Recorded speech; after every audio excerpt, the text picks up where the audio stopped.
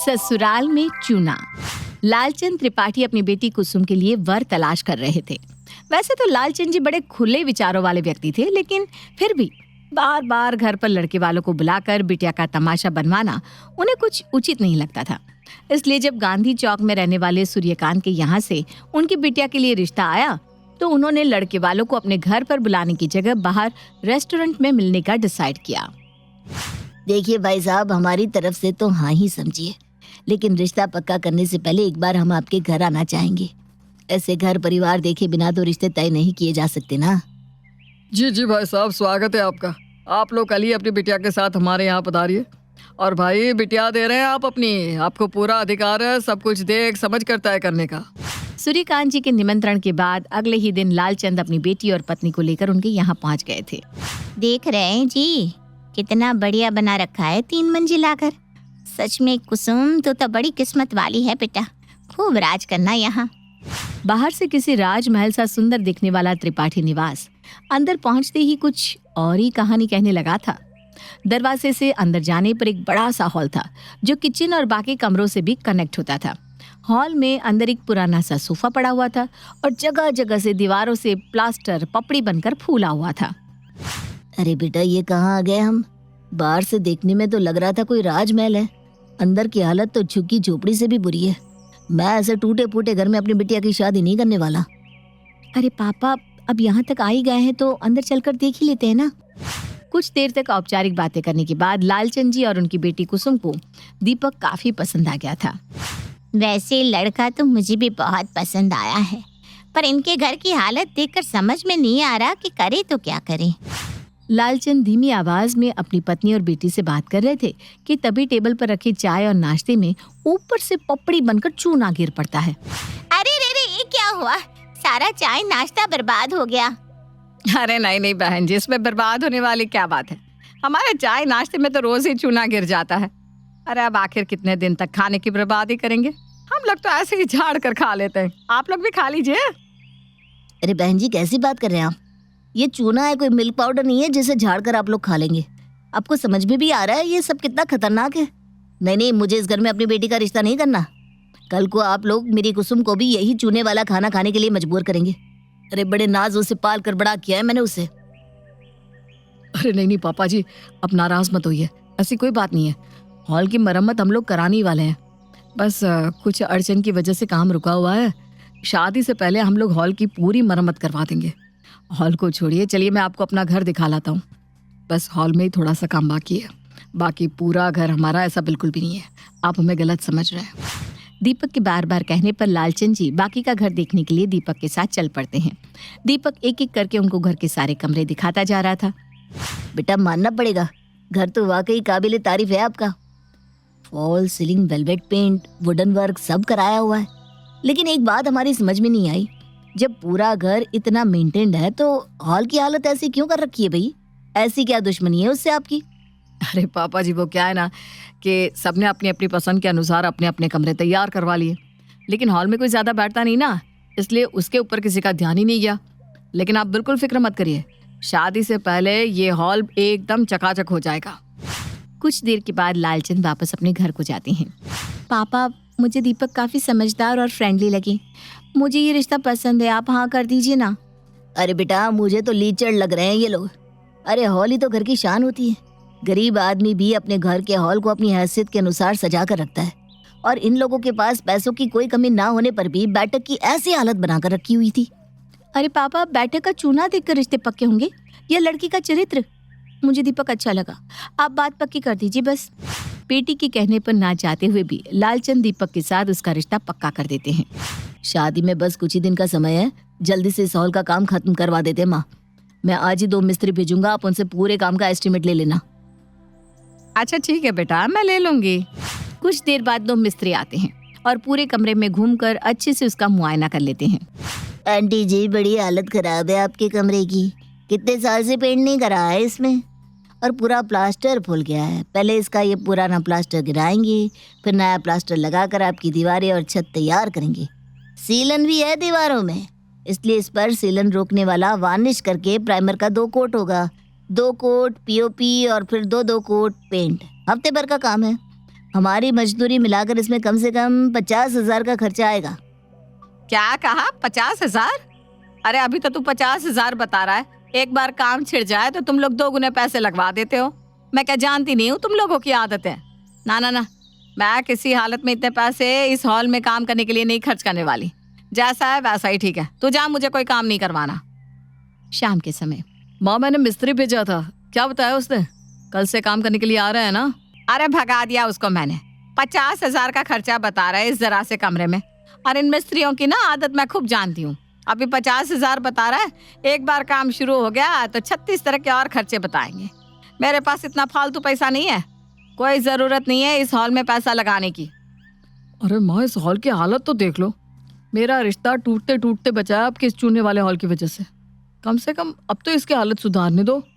शादी में 4 मेहमान आएंगे तो क्या कहेंगे? अरे कहने दे जिसको जो कहना है, कोई हमें पैसे थोड़ी ना दे जाएगा। जितना रुपया इस कमरे में मैं लगाऊंगी इतने में तेरी बीवी के कपड़े आ जाएंगे। और मुझे ये बता, इस हॉल में बैठता कौन है? तू पूरा दिन लैपटॉप लेकर अपने कमरे में पड़ा रहता है, तेरे बाबूजी को बाहर घूमने से फुर्सत नहीं है। और बची मैं या तो अपने कमरे में माला जपती हूँ या सत्संग में निकल जाती हूँ। इस हॉल में बैठने वाला है कौन जिसके लिए मैं लाख रुपए का खर्च करूं? दीपक अपनी माँ को समझाने की बहुत कोशिश करता है, लेकिन माँ के तर्कों के आगे उसकी एक नहीं चलती और हॉल वैसा का वैसा ही रह जाता है। कुछ ही दिनों में शादी की तैयारी शुरू हो जाती है और शादी के बाद कुसुम दीपक के घर आ जाती है।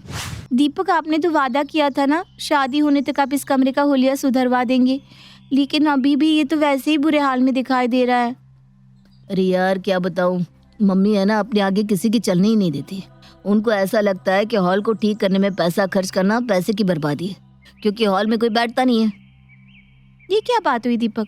हॉल कोई सोने के लिए थोड़ी ना होता है। अरे कोई मेहमान घर में आते हैं तो उसे हॉल में सोफे पर ही तो बिठाया जाता है, अपने बेडरूम में थोड़ी ना ले जाएंगे। मैं तुम्हारी सारी बातें समझता हूँ कुसुम, लेकिन तुम भी समझती हो ना कि बड़े बूढ़ों को समझाना मतलब अपना सर दीवार में मारना। अरे उनके पास हर बात का जवाब है। मैं क्या करूँ, माँ मेरी बात समझ ही नहीं रही। अरे कुसुम बहू, जल्दी से तैयार हो जाओ और हाँ, अच्छे से लाली लिपस्टिक सब लगाना। हाँ, मैं चाहती हूँ जब मुंह दिखाए में पड़ोस की औरतें तुम्हें देखे तो उनका मुंह खुला रह जाए। सास के कहने पर कुसुम खूब अच्छे से मेकअप करके बढ़िया भारी भरकम साड़ी पहनकर तैयार हो जाती है और आकर हॉल में बैठ जाती है। अरे कृष्णा बहन, इतना गज भर का घूंघट कर रखा है, बहू का मुंह तो दिखाओ। अरे देखो भाई, आज के दिन बहू का मुंह देखने के लिए जेब ढीली करनी पड़ती है, तो बारी बारी से घूंघट उठाकर मुंह देखते जाओ और शगुन का लिफाफा थमाती जाओ। क्यों, ठीक कहा ना? अच्छा, अगर ऐसी बात है तो सबसे पहले मैं ही बहू का घूंघट उठा देती हूँ। पड़ोसन जाकर जैसे ही कुसुम का घूंघट उठाती है, छत पर से चूने की एक बड़ी सी पपड़ी जाकर उसके सर पर गिर जाती है और उसका बाल से लेकर पूरा मुंह सब सफेद हो जाता है, जिसे देखकर सब लोग जोर जोर से हंसने लगते हैं। अरे कृष्णा, बहू का मेकअप कराने का ये कोई नया तरीका आया है क्या? एयर ब्रश मेकअप के बाद अब ये नया मेकअप आया लगता है, चूना पपड़ी मेकअप। देखो तो कैसे रूप निखर गया है दुल्हन का मेकअप के बाद। मुंह दिखाई के प्रोग्राम का तो सत्यानाश हो गया था। नई बहू का मुंह देखने की बजाय सारी औरतें अब कुसुम को देखकर ठहाके लगा लगा कर हंस रही थी, जिसे देखकर कुसुम को बहुत बुरा लगता है और वो उठकर अपने कमरे में आ जाती है। दीपक, बहुत अच्छा लग रहा होगा ना तुम्हें आज पहले दिन मेरा इतना अपमान करवा कर? तुम्हें पता भी है, पूरे मोहल्ले की औरतें मुंह दबा दबा कर मेरे ऊपर हंस रही थी। अरे आज तक दुनिया की कौन सी बहू की मुंह दिखाई इस तरह से हुई होगी? मुंह दिखाई में तो लोग बहू की तारीफ की कसीदे पढ़ते, और यहाँ लोग मेरा मजाक उड़ा रहे थे। इतनी अच्छी याद दी है ना आपने मुझे, इसे मैं कभी नहीं भूल सकती। पापा बिल्कुल ठीक कहते थे, इस घर में मुझे शादी नहीं करनी चाहिए थी। अरे गुस्सा छोड़ दो ना, कोई जानबूझकर तो नहीं किया ना किसी ने। शादी के 1 सप्ताह बाद, अरे यार, अपनी पोस्ट वेडिंग पार्टी कब दे रही है? ये पोस्ट वेडिंग पार्टी क्या चीज होती है? पोस्ट वेडिंग पार्टी मतलब शादी के बाद की दावत। अरे शादी में तो सभी लोग दावत देते हैं, शादी के बाद भी तो कभी अपने घर बुलाकर दोस्तों को चाय नाश्ता कराना चाहिए कि नहीं? अरे तो सीधा सीधा बोलना, मेरा ससुराल देखने का मन है तेरा। अच्छा ठीक है, सारे दोस्तों को लेकर कल तुम मेरे यहाँ आ जाना, वहीं तुम्हें मिल जाएगी तुम्हारी पोस्ट वेडिंग पार्टी। अब तो खुश ना? बहुत खुश, मैं समय से पहुंच जाऊंगी। अरे इस कीर्ति से वादा तो कर दिया यहाँ बुलाने का, लेकिन यहाँ अगर इन्होंने हॉल के दर्शन कर लिए तो इज्जत का कबाड़ा हो जाएगा। ऐसा करूंगी, हॉल की एंट्री में ही पर्दा लगा देती हूँ ताकि जो भी आए उसे हॉल दिखाई ना पड़े, और फिर मैं उन्हें सीधा अपने कमरे में ले जाऊंगी। हाँ, यही ठीक रहेगा। अगले दिन जब कुसुम की सहेलियाँ आती हैं तो वो उन्हें सीधा अपने कमरे में ले जाती है और उनको वहाँ बैठने के लिए कहकर चाय नाश्ता लगाने के लिए रसोई में चली जाती है। जब थोड़ी देर बाद चाय नाश्ता लेकर कुसुम कमरे में आती है तो देखती है कि उसकी सहेलियाँ बिस्तर पर लेटी हुई हैं। अरे तुम यहाँ सोने आई हो क्या? उठकर बैठो ना। अरे यार, अब तो बेडरूम में बुलाएगी तो इंसान क्या करेगा? बेडरूम तो सोने के लिए होता है ना। तुम्हारे यहाँ मेहमानों को बेडरूम में ही बैठाते हैं क्या? यहाँ का ड्राइंग रूम कहाँ है? उसका किस काम के लिए इस्तेमाल करते हो भाई? अरे यार, जरूर वहाँ सोने जाते होंगे ये लोग। बड़े लोगों की ना बड़ी पसंद होती है। अरे ऐसी बात नहीं है, ड्राइंग रूम है लेकिन वहाँ काम चल रहा है, इसलिए मैं तुम्हें अपने कमरे में ले आई। कुछ दिन बाद, मम्मी जी, पापा जी, आइए खाना खा लीजिए। तो थाली में परोस दे बेटा, हम आ ही रहे हैं। कुसुम सास ससुर और पति का खाना थाली में परोसने के बाद रसोई में पानी लेने के लिए चली जाती है। कुछ मिनट के बाद जैसे ही वो टेबल के पास आती है तो देखती है कि टेबल पर रखे खाने में छत से टूटकर प्लास्टर गिर गया है। मैंने पूरे 2 घंटे तक रसोई में खड़े होकर खाना बनाया था, सब बर्बाद हो गया। अब क्या मैं फिर से खाना बनाऊं, या आज भी आप वही कहेंगी मम्मी जी कि झाड़ कर खा लेते हैं? बस बहुत हो गया। अरे आप लोगों को शर्म नहीं आती क्या? जब देखो तब इस छत से चूना झड़ता रहता है, और आज तो पूरा का पूरा प्लास्टर ही नीचे गिर पड़ा है। कल को जब हमारे सर पर छत गिर पड़ेगी ना, तब भी आप लोग नहीं सुधरेंगे। मेहमान हो या रिश्तेदार, सबके सामने हमें मजाक बनना पड़ता है, लेकिन आप लोगों को कोई फर्क ही नहीं पड़ता। अरे मोहल्ले में कूड़ा लेने के लिए आने वाला भी हमारे कमरे को देखकर मुंह दबाकर हंसता है। ठीक है, अब रहिए आराम से इस गिरते चूने के साथ। मैं अब यहाँ 1 मिनट भी और नहीं रुकने वाली। गुस्से में पांव पटकती कुसुम अपने कमरे में जाती है और सामान पैक करने लगती है। अरे बेटा, इतना नाराज होने जैसी क्या बात है? तुझे दोबारा खाना नहीं बनाना तो मत बना, मैं बना देती हूँ ना। लेकिन इसमें घर छोड़ने जैसी क्या बात हो गई? मम्मी जी, आपको बस यही समझ में आया है कि मैं दोबारा खाना न बनाना पड़े, इसलिए यहाँ से जा रही हूँ। मुझे अब किसी से कोई बात ही नहीं करनी। गलती मेरी ही है जो मैंने दीपक की बातों में आकर शादी के लिए हाँ कर दी।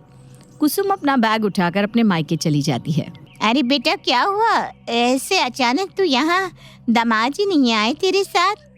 कोई नहीं आया मेरे साथ, क्योंकि मैं वो घर छोड़कर यहाँ आ गई हूँ। और कुछ पूछना है आपको, या अब मैं चैन से सांस लूं? हैं? क्या बकवास कर रही है? ऐसा क्या हो गया जो तू घर छोड़कर यहाँ चली आई? पापा ठीक कहते थे माँ, जिस छड़ते चूने को मैंने छोटी सी बात समझकर टाल दिया था, आज वो मेरे गले की हड्डी बन गया है। अरे परेशान हो गई हूँ मैं। कभी नहा धोकर आकर बैठो तो सर पर चूना गिर पड़ता है और मुझे फिर से बाल धोने पड़ते हैं। तो कभी मेहमानों की चाय में ऊपर से प्लास्टर के टुकड़े गिर पड़ते हैं। मेहमानों के ऊपर चूना ना गिरने लगे, इस डर से मुझे सबको अपने बेडरूम में ले जाकर बिठाना पड़ता है। आज तो सबके लिए परोसे हुए खाने में ऊपर से प्लास्टर टूटकर गिर गया। बस बहुत हो गया। अब या तो दीपक हॉल की हालत ठीक कराए या मुझे भूल जाए। अरे बेटा, ससुराल के चूने के लिए शादी तोड़कर कोई आता है क्या? चल तू आराम से चाय पी ले और दिमाग ठंडा कर ले।